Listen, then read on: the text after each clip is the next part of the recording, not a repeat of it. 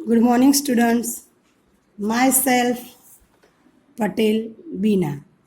आज हम स्टैंडर्ड 8 का हिंदी पढ़ेंगे। हमारी बुक का नाम है भारत की खोज। पूरक वाचन पाठ्य पुस्तक है। हमारा दूसरा लेसन है तलाश। भारत के अतीत की झांकी।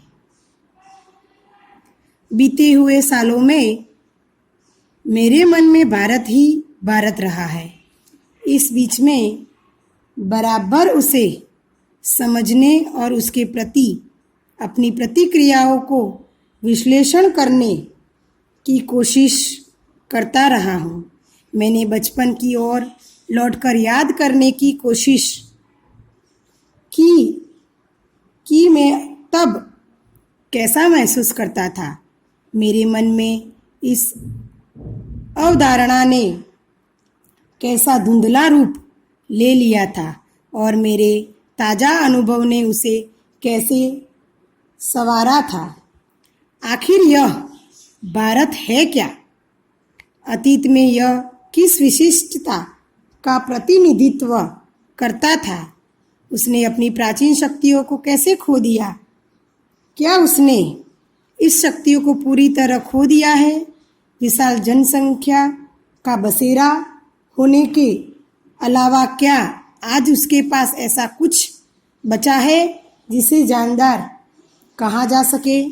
आधुनिक विश्व से उसका तालमेल किस रूप में बैठता है?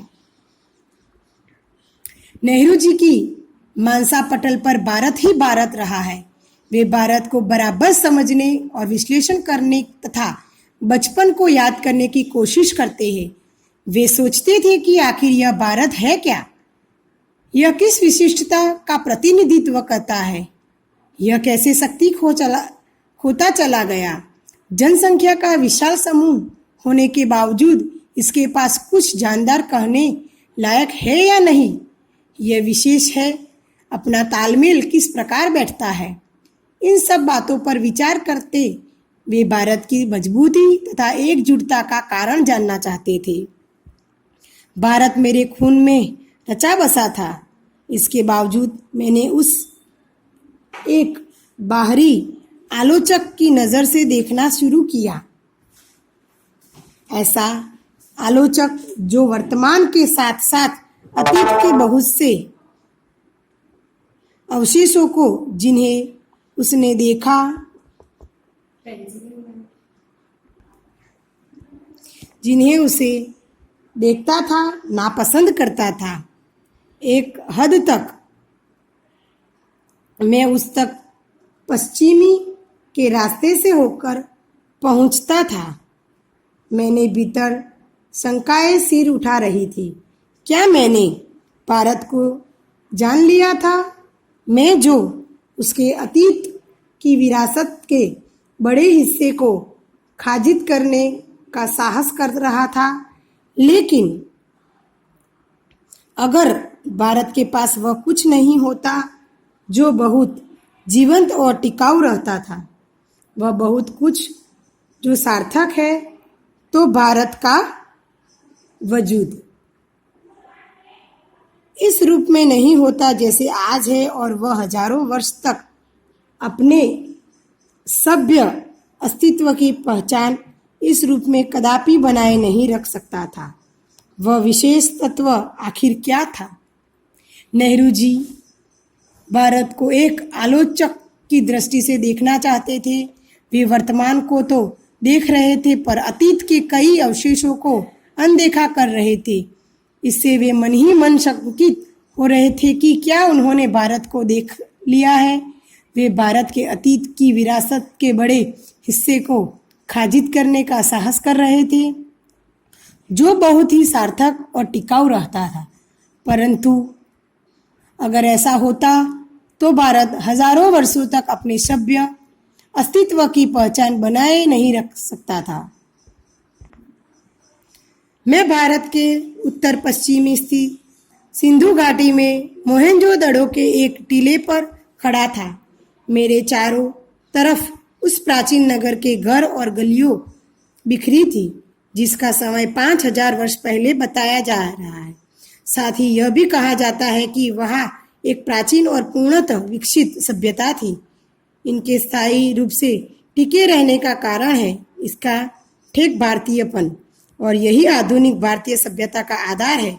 यह विचार आश्चर्यचकित कर देता है कि कोई संस्कृति या सभ्यता इस प्रकार 5-6 हजार वर्ष या उससे भी कुछ अधिक समय तक निरंतर बनी रही, बराबर परिवर्तनशील और विकासमान रहकर फारस, मिस्र, ग्रीस, चीन, अरब, मध्य एशिया और भूमध्य सागर के लोग से उसका बराबर निकट संपर्क रहा। यद्यपि भारत ने उन्हें प्रभावित किया और स्वयं भी उससे प्रभावित हुआ, फिर भी उसका सांस्कृतिक आधार इतना मजबूत था कि वह हिला नहीं। इस मजबूती का रहस्य क्या है? मैंने भारत का इतिहास और उसके विशाल प्राचीन साहित्य से कुछ अंशों को पढ़ा। मुझ पर विचारों की तेजस्विता, भारत की स्पष्टता और उससे पीछे सक्रिय मस्तिष्क की समृद्धि ने गहरा प्रभाव डाला।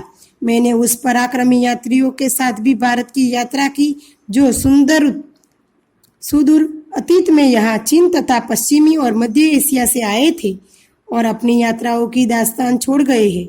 मैं पूर्वी एशिया, अंगकोर, बोराबुदुर और बहुत सी जगहों में भारत की उपलब्धियों के बारे में सोचने लगा।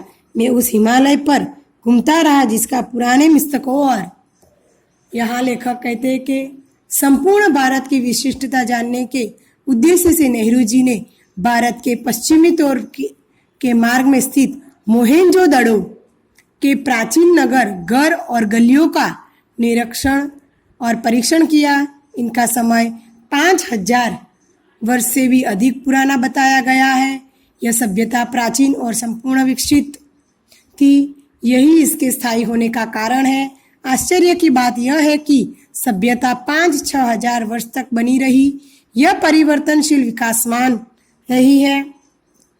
इस संस्कृति का प्रभाव में फारस, मिस्र, ग्रीस, चीन, अरब, मध्य एशिया, भूमध्य सागर के लोग भी रहे हैं। इनसे प्रभावित होने के बाद भी अपनी सांस्कृतिक मजबूती के बल के कारण यह संस्कृति अपनी मजबूती बनाए रख पा सकी है। नेहरू जी ने भारत के प्राचीन इतिहास तथा साहित्य को अध्ययन किया। उन्होंने चीन, पश्चिमी एवं मध्य एशिया से आए विद्वान यात्रियों द्वारा लिखे साहित्य का भी अध्ययन किया। वे पूर्व एशिया, अंगकोर,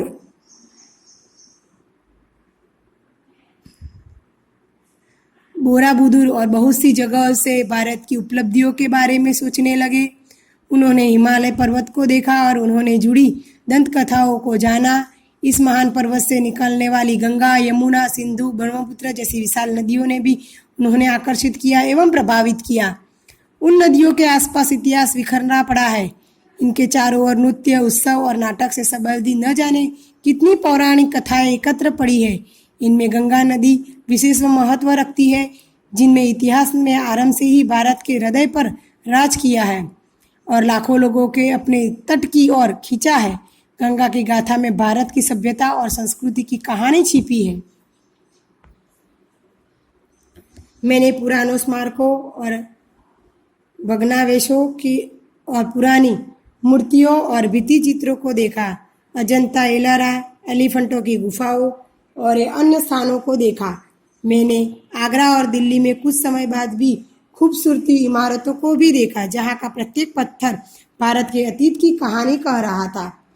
मैं अपने शहर इलाहाबाद में या फिर हरिद्वार में महान स्नान पूर्व कुंभ के मेले में जाता हूँ और देखता हूँ कि वहाँ अब भी सैकड़ों और हजारों की तादाद में लोग आते हैं। वैसे ही जैसे हजारों वर्षों से अनेक पुख्ते गंगा स्नान करने के लिए भारत के सभी कोनों से आते रहे हैं। मुझे 1300 साल पहले चीनी यात्रियों और कुछ दूर लोगों द्वारा लिखने इन पर्वों के वर्णों की याद आ जाती है। गो कि उस समय भी मेले पुराने पड़ चुके थे और अनजाने प्राचीन काल में गुम हो रहे थे। मुझे हैरत होती है थी कि वह कौन सी प्रबल आस्था थी जो हमारे लोगों की अनगिनत पीढ़ियों से भारत की इस प्रसिद्ध नदी की ओर खींचती रही है। नेहरू जी के भारत को अतीत की कहानी की समृद्धि कराने अजंता, एलोरा और एलिफेंटाओं की गुफाओं और अन्य स्थानों को देखा। उन्होंने आगरा और दिल्ली की खूबसूरत इमारतों को देखा, जिनका प्रत्येक पत्थर भारत के समृद्ध अतीतों की कहानी बयां कर रहा था। इसके बाद उन्होंने अपने पैतृक शहर इलाहाबाद और हरिद्वार में आयोजित कुंभ के मेले को देखा, जिनसे हजारों की तादाद में लोग आते हैं।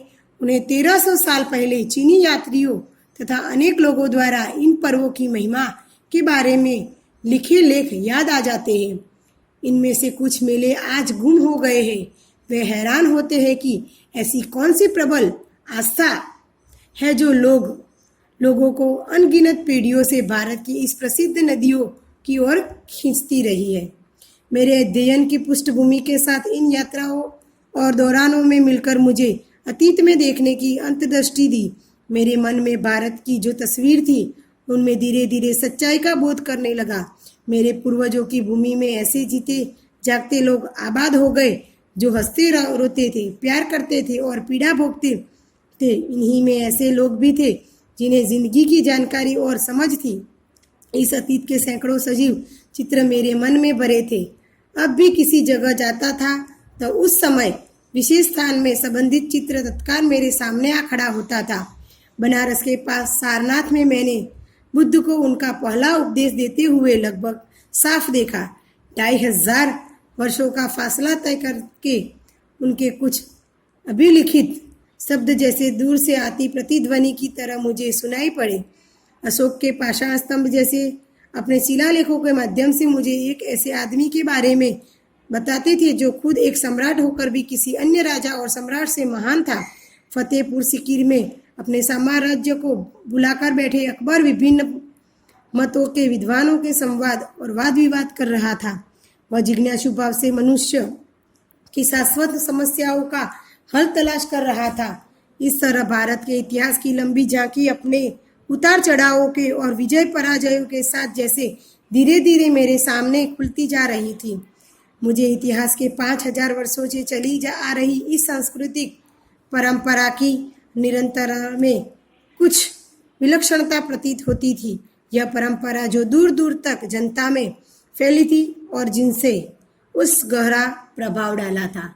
अपने अध्ययन और यात्राओं से उन्हें यह पता था कि भारत के अतीत में वह हर बात विद्यमान है कि जो वर्तमान में भी शिक्षा देती हुई प्रतीति होती है। उन्हें यह ज्ञात हो गया था कि पूर्वजों की भूमि में जो लोग हंसते रोते जीते जागते प्यार करते तथा पीड़ा भोगते आबाद हो गए, उन्हें जिंदगी की जानकारी और समझ थी। वे जब भी कहीं जाते थे तो उन स्थानों के संबंधित चित्र उनकी आंखों में घूम जाता था। बनारस के पास सारनाथ में महात्मा बुद्ध द्वारा दिया गया उपदेश में उन्होंने लगा था कि बुद्ध अपना पहला उपदेश अभी दे रहे हो। 2500 वर्ष से अधिक समय बीतने पर भी उन्होंने अपनी प्रतिध्वनि सुनाई देती है। अशोक के पाषाण स्तंभों में शिलालेखों पर एक ऐसे आदमी की कहानी थी जो सम्राट होकर भी अन्य सम्राटों तथा राजाओं से अलग था। इसी तरह फतेहपुर की सीकरी में सम्राट अकबर अपना साम्राज्य भूलकर सभी धर्मों से समानता का विद्वान की मतलबियों के माध्यम से ढूंढने का प्रयास कर रहा था, जिनसे यह मनुष्य की शाश्वत समस्याओं का हल खोज रहे थे। इस प्रकार उन्हें इतिहास की लंबी झोंकी स्पष्ट दिखाई पड़ रही थी, जिनमें जय पराजय उतार चढ़ाव सब कुछ था। इनमें 4-5 हजार वर्षों की संस्कृति की निरंतर तथा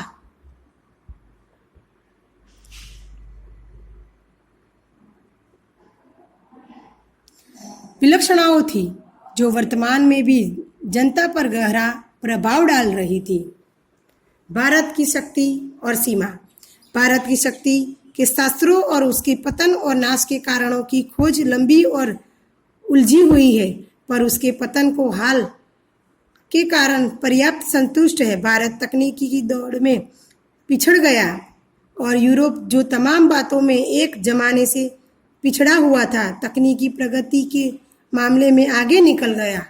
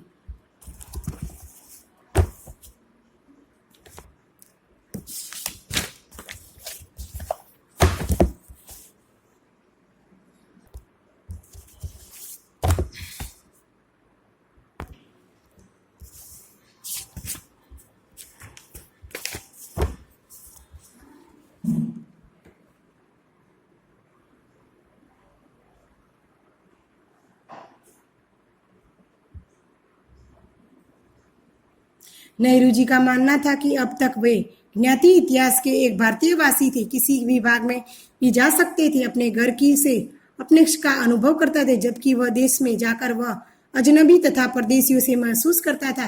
गैर भारतीयों को धर्म मानने वाला जो भारतीय में आकर बस गए, वे पीढ़ियों के बाद भारतीय होकर रह गए। यहूदी, फारसी, मुस्लिमों को देखकर इसे जाना समझा जा सकता है। जिन भारतीयों ने इन धर्मों को स्वीकार कर लिया, वे भी धर्म परिवर्तन के बावजूद भारतीय बने रहे। आज जब राष्ट्रवाद की अवधारणा विकसित हो गई है, विदेशियों में भारतीय अधिकृत एकजुट होकर रहते हैं। आज हिंदुस्तानी इंसान कहीं भी जाए वह हिंदुस्तानी कहलाते हैं। इसी प्रकार हिंदुस्तानी मुस्लिम को भी इसी देश के हिंदुस्तानी कह जाते हैं। नेहरू जी सोचते थे कि अपनी मातृभूमि के बारे में हर कोई अपने अपने ढंग से सोचता है। वे अनगिनत छोटे छोटे गांव, कस्बों, शहरों तथा दूर दूर तक फैले खेतों के बारे में सोचते थे। जहां जहां वे गए थे, वर्षा ऋतु की जादुई बरसातें धरती का सौंदर्य बढ़ा देती है।